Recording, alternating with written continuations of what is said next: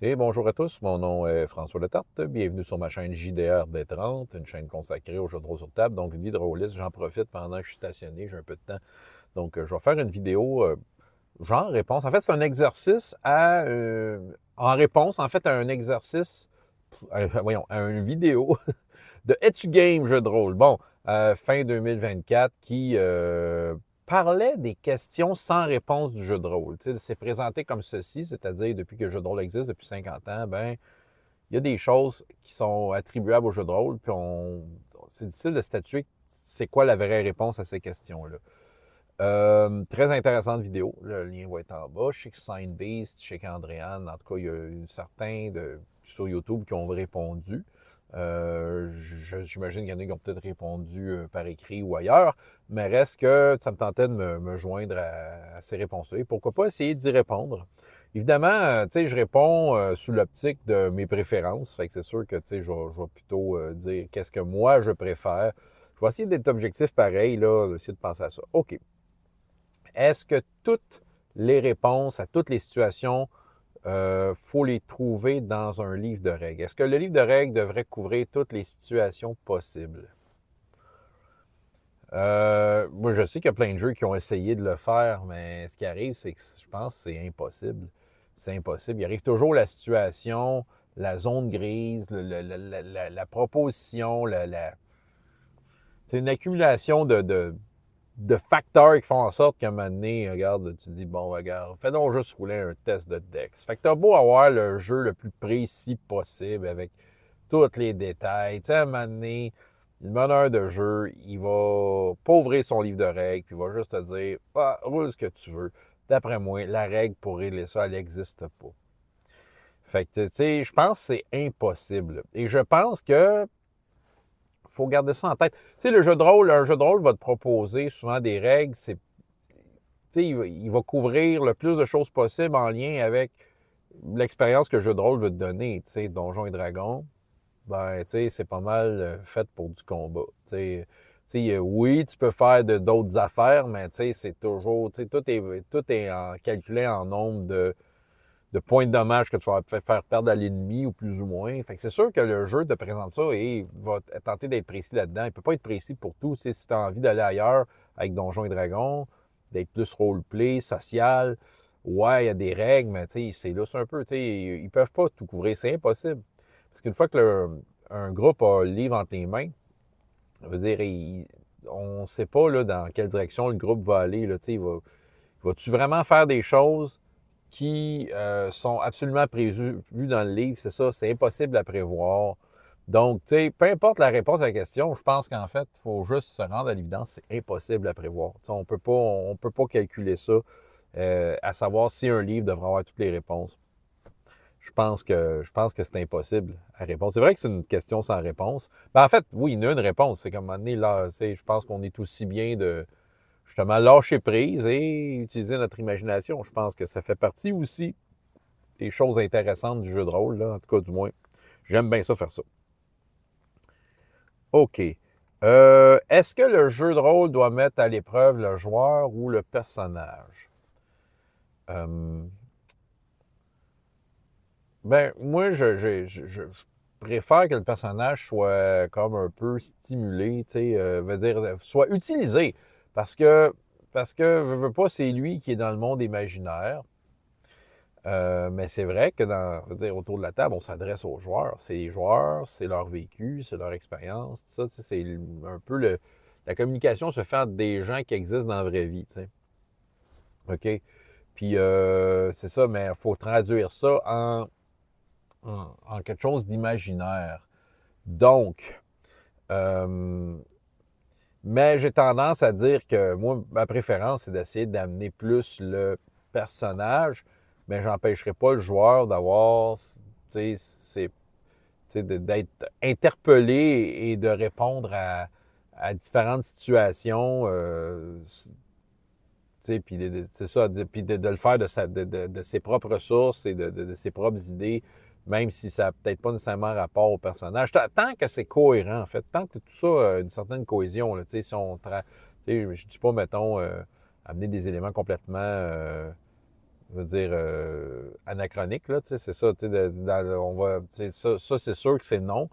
Il faut quand même que ça allait quand même un certaine cohésion, parce que c'est vrai que c'est un ou l'autre, c'est ça. Mais oui, tu sais, je vais stimuler le personnage. Tu sais, si des fois les joueurs sont devant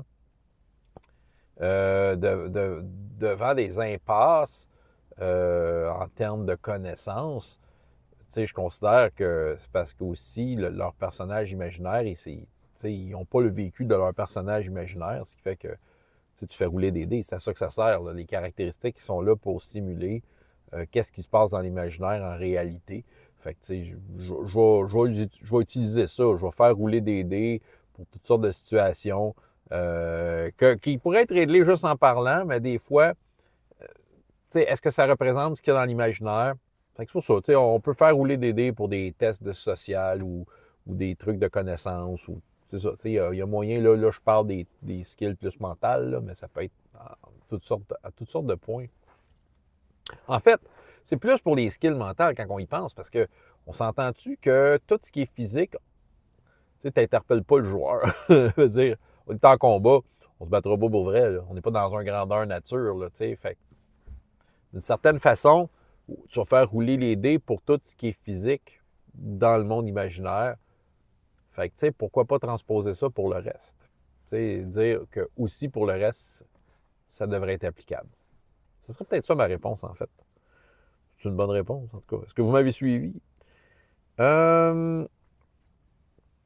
Est-ce qu'on devrait plus privilégier l'histoire ou le côté tactique du jeu? OK, il y a une affaire, je vais te dire de ça.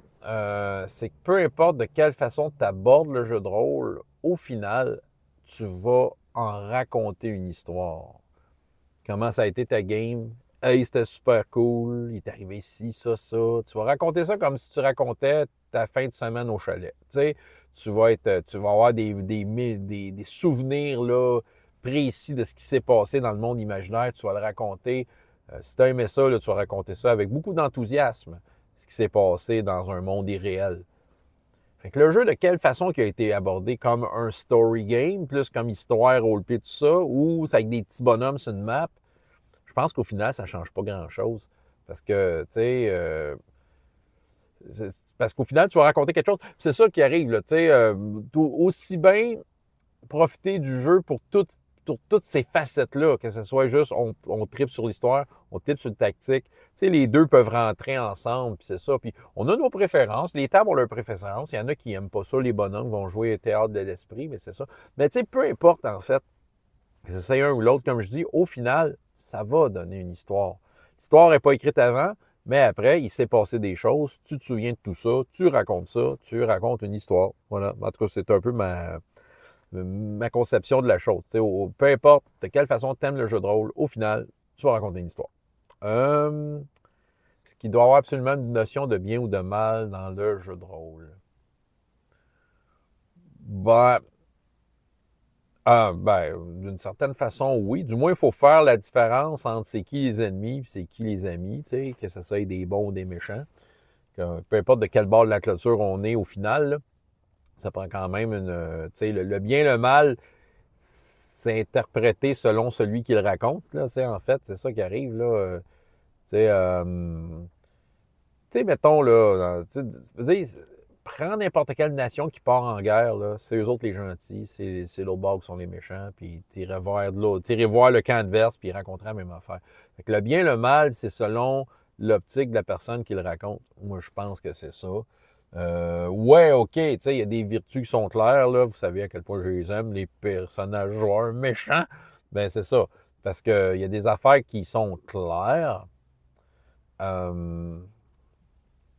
dépend du monde, ça dépend du setting, ça dépend de bien des affaires. C'est ça qui arrive. Là. Tu sais, tu peux pas nécessairement imposer de façon globale le bien, le mal. C'est ça, je pense que faut que tu exposes du côté des personnages joueurs qu'est-ce qui est à leur avantage, qu'est-ce qui fait qu'ils se sentent bien et heureux. Et c'est ça qui est le bien pour eux. Puis tout ce qui est contre ça, c'est le mal. Tu sais. Ça serait plus de cette optique-là. Ça dépend vraiment du contexte. Tu sais. Il y a tellement de jeux de rôle différents qu'en effet, c'est une question qui plus ou moins sans réponse parce qu'on ne peut pas trancher ça pour chacun des jeux de rôle. Si on ferait ça, en fait, on perdrait la saveur des différents jeux de rôle et des différents univers. C'est ce que je pense. En tout cas, c'est ça. C'est quoi déjà? Est-ce qu'il y a une bonne façon de jouer un jeu de rôle? De jouer au jeu de rôle? Ah! Ouais, entendre parler certains. Il semblerait qu'il y a des bonnes façons de faire. Mais c'est encore là, c'est une histoire de résultat. T'sais, au final, est-ce qu'on est content de nos games? Est-ce qu'on est heureux? Est-ce qu'on a hâte de revenir? Je pense que la méthode utilisée va être personnelle à chacun. Donc, peu importe ce que les concepteurs de jeux avaient en tête, ce qui a été nommé dans tous les cas, là, Etu-Game et les autres, c'est qu'en fait, les concepteurs de jeux de rôle ne sont pas chez vous pour te dire comment jouer. Une fois que le jeu est là, il est interprété comme tu le veux, puis il t'en fait ce que tu veux. C'est de la création en continu. Puis quand tu joues, puis en faisant ta création continue, bien, tu la fais comme tu veux, puis tu essaies de filer ta gang. Tu sais, habituellement, quand il y a une bonne cohésion de groupe, qu'on se file ensemble, bien, c'est là que c'est intéressant, puis que ça, qu'on découvre la bonne façon de jouer, qui est la nôtre. C'est ça. Puis, tu sais, faire un parallèle avec la musique, parce que j'aime bien ça, là. Mais tu sais, mettons que tu décides de partir un groupe de musique et tu inventes tes chansons, bien, tu sais, il n'y a personne qui va te dire comment composer tes chansons, là. Tu prends des instruments de musique qui sont, tu sais, les notes sont là, c'est accordé, tout ça, puis après ça, tu en fais bien ce que tu veux. Puis si tu veux jouer avec ta guitare désaccordée, comme bien des artistes connus ont fait pour faire des expériences, puis ça leur fait plaisir, bien, tu sais, pour eux, c'est la bonne façon de jouer. Fait que c'est ça. Fait qu'il y a-t-il une bonne façon de jouer le jeu de rôle? Il faut toujours regarder le résultat. C'est ça.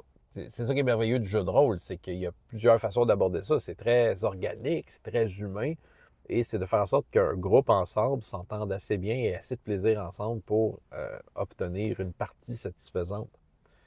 Donc, c'est ça. Fait que, dans le fond, la réponse, c'est est-ce qu'il y a une bonne façon de jouer? Il n'y a pas de façon officielle de le nommer. Plein de gens vont donner des conseils. Moi, le premier, je vais donner des conseils sur peut-être ce qui, moi, je trouve qui marche. Puis j'en lis des livres de conseils de jeux de rôle. C'est parmi mes lectures courantes, dans lesquelles, des fois, je suis d'accord, je suis pas d'accord avec quelqu'un qui dit « Moi, j'aime ça de même, je trouve ça bon quand c'est de même, c'est la bonne façon de jouer. » Peu importe, ça me permet de voir ce que les autres font aussi, puis de dire « Ah, ils atteignent le bonheur en faisant ça. » Ben, en fait, c'est ça qui arrive, ils ont le droit. Donc, je pense que là aussi, il y a un lâcher-prise au niveau de qu'est-ce que tu prends comme conseil. Au final, teste des choses chez vous, c'est le résultat qui va parler. C'est ça. Petite question bonus d'Andréane Lafolle qui disait comment tu gères les joueurs absents. En jeu de mots, j'ai une règle assez simple. Il manque un joueur, ça va. Il manque 2 joueurs, c'est non. Dans le fond, il faut que j'aille au moins 3 joueurs autour de la table pour dire que la balle roule bien. En général. Ça, c'est pour des parties personnelles. Parce que c'est sûr, si je fais du parascolaire puis j'ai juste un joueur qui se pointe, ce qui est déjà arrivé, pas arrivé souvent, une chance, mais en ligne, entre autres, ben, je vais jouer avec lui, on va faire un solo. C'est sûr que, ouais, peut-être même en présentiel, on peut faire un solo, mais c'est sûr que le solo, ça va être comme la side quest du jour. C'est ça, c'est déjà arrivé. Mais en général, mettons pour la campagne principale, mettons qu'on est en campagne, ben, un joueur, ça se gère. 2 joueurs, j'essaye d'éviter. Au moins 3 joueurs, ça va à peine. C'est sûr que sur le fait accompli, ben écoute, ça dépend du meneur de jeu, là. Mais c'est ça, je veux dire, c'est déjà arrivé qu'on sorte des jeux de société à la place. C'est ça, on va remplacer par autre chose. Ouais, c'est ça, c'est une règle assez générale dans mon cas. Donc, ça fait le tour des questions sans réponse. Il y a des réponses, c'est nos réponses. C'est ça qui arrive. Je pense que le bout de sans réponse, c'est qu'en fait, personne ne peut vraiment s'entendre sur la façon, ce qui fait que, c'est comme ça se joue, c'est que voici les réponses à ces questions, Puis, tu sais, ça va garantir votre expérience de jeu de rôle au maximum si vous faites ça comme ça. Et non, c'est ça qui arrive. Fait que je vais, dans le fond, comme j'ai répété beaucoup, souvent, c'est au résultat que tu le sais si, quelle est ta réponse à tout ça. Mon petit papier, faites le tour. Donc, François Letarte, JDR de 30, et jusqu'à la prochaine fois, il y a autant de plaisir dans la vie que dans les jeux. Au revoir.